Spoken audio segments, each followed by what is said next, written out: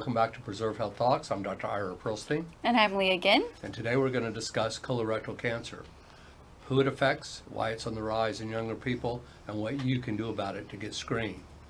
Colorectal cancer refers to cancer that starts in the colon or rectum, and both are part of the large intestine, but the location does matter as far as treatment is concerned. The disease typically starts as a small polyp that slowly becomes cancerous over time. How common is it? Well, it is the second leading cause of cancer-related deaths in the United States, and we're seeing alarmingly increasing rates in people under the age of 50.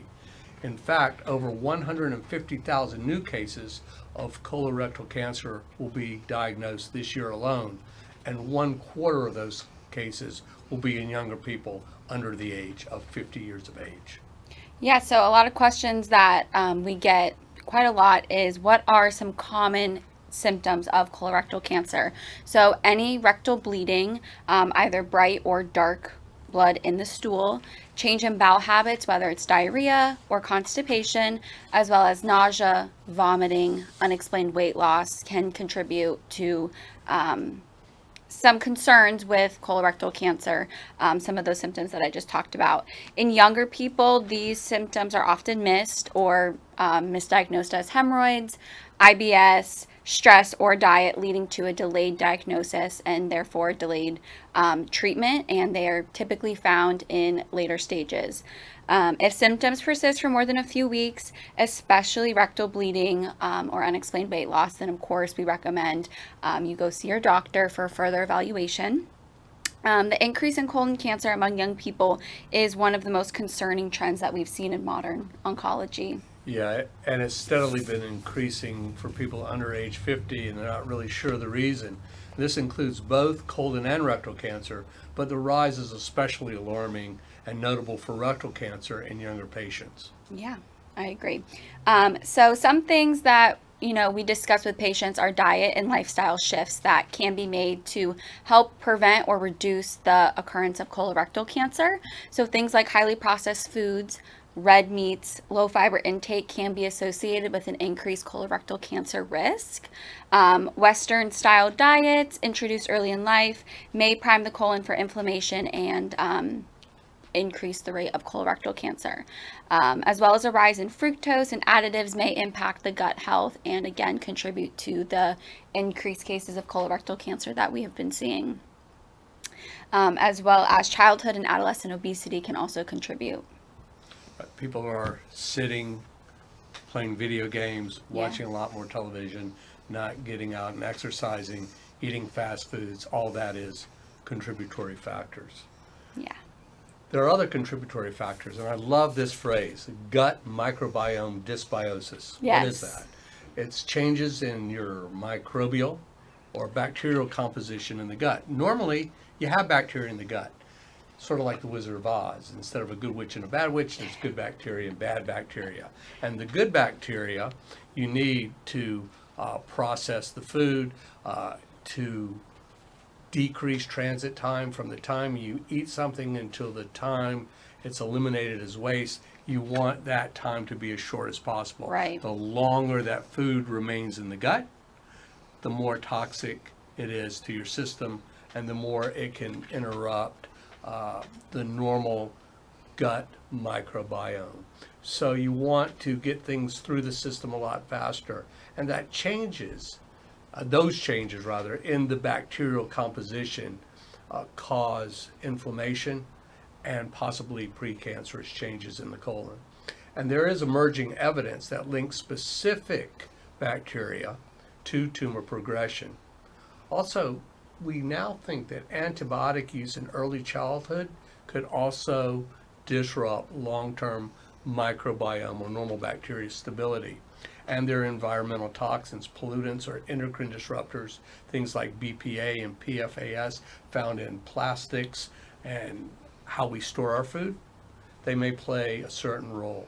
Also, we now believe that C-section births, cesarean section, and formula feeding could also influence microbiome colonization, and they're being studied as well.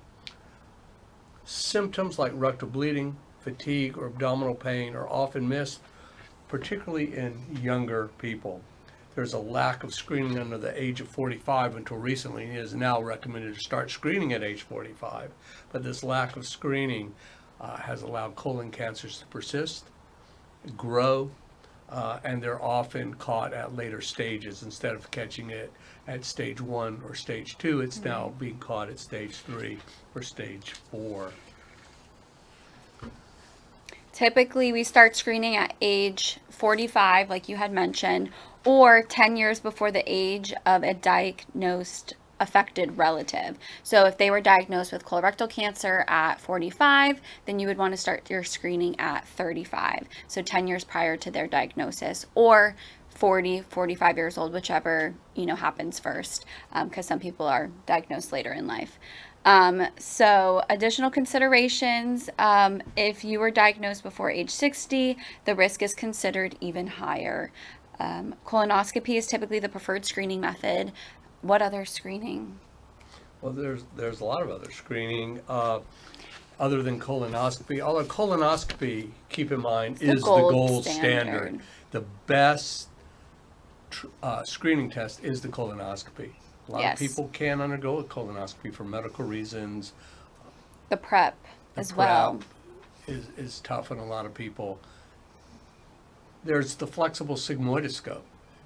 That's an office procedure where you don't have to be sedated for that, but you only go about half as far as you really need to go. You really need to assess the full colon. And although most colon cancers do occur in the left side of the colon, we're seeing more colon cancers now occurring in the right side of the colon. I've had 2 patients in the last couple of years that have had cancer of the appendix. Yes. And sometimes the colonoscopy can reach all the way to that area. Sometimes it can't. Depends on the length of the colon. But there are other tests. They're fit tests, not like a Fitbit or getting in shape, but these are fecal immunochemical testing. The one that you've probably seen and are familiar with is the Cologuard. You see it on television all the time. And the Cologuard is a fecal immunological test. The kit is shipped to the patient's home. The patient takes a stool sample, puts it in the kit, and sends it off. And so what does the kit actually test for? It tests for blood in the stool, but not just regular blood in the stool, like a doctor can do in a doctor's office. It tests for methylated blood. And methylated blood is found in certain colon cancers. And it actually checks the DNA of the blood in the stool for methylation. And when the blood is methylated, it's a sign that it could be coming from either a tumor or a polyp or something that's abnormal versus just bleeding from a hemorrhoid. Then there's the Shield test. The Shield test is made by a company called Guardant, and it is a blood test. It can be drawn in the office. The results usually take about 2 weeks to get back, and it detects signals for colon cancer from blood DNA.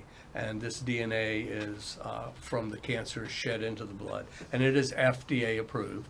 Generally in an older population, 60 to 80 range versus younger patients who the colonoscopy would be the guide. We've been doing quite a few of those tests in our office lately.